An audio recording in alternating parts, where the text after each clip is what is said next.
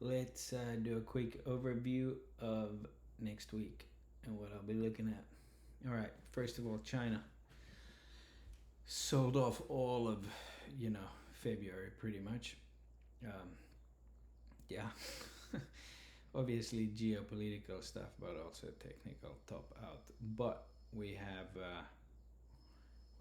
their daily in a demand zone. We got the TTM changing color on Friday, so we will see hourly here. Looks to be holding. It can gap down and fill this gap, or it can bounce here. We'll see. Obviously, we had Bitcoin over the weekend bounce, doing its thing. ES futures just opened and small gap up filled it, still in the same area.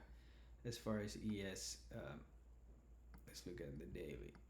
A lot of people are expecting it to go down to 395 for a retest, and that's what we gotta keep our eye on, if it holds or not. Because if it doesn't hold, it's going down to here, and then we have a gap all the way down to here.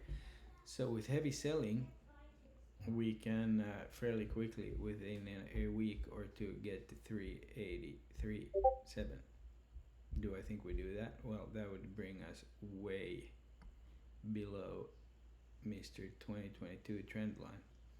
So there's the 200 and there's that. So I would favor a retest of the October trend line and possibly a retake of it. Why? Check this out. Smart money versus dumb money confidence. So dumb money bought the October dip and rode it. Double top have sold. Smart money have been selling the whole way up and they just started buying, which is also what I've seen on the flow that I posted a few times. So that's something to keep in mind. Very interesting. SPY this week, as you know, we dropped that.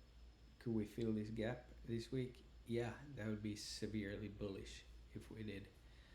SPY's kind of in no man's land. As I said, we're in this megaphone. Dixie has no real resistance until the 200, still under death cross.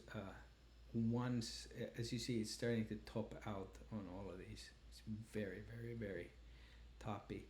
So once it goes, that's gonna pump SPY. It's just a matter of, look, on the parametric oscillator, it's topped out. Obviously, it can go above, but it doesn't.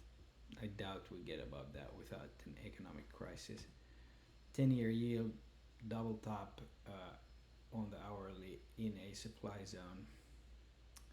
Where can it go? Well, it can go up to here. If it goes above this, we have a crisis on our hand. If it goes up here, we have a crisis on our hand. So anytime between now and then, they definitely need to smash it down.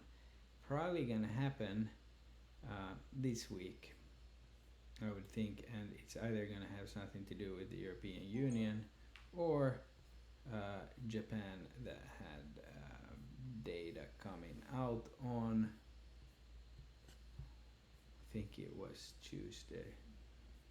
But anyway, I'll have to look for it. I'm not finding it. Here's some stuff. But anyways, as far as the US, we have Kashkari and we have PMI on, I believe it's Wednesday. Yeah, this is going to move the market.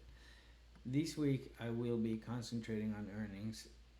And even though I want to buy a bunch of Berkshire Hathaway, I'm not.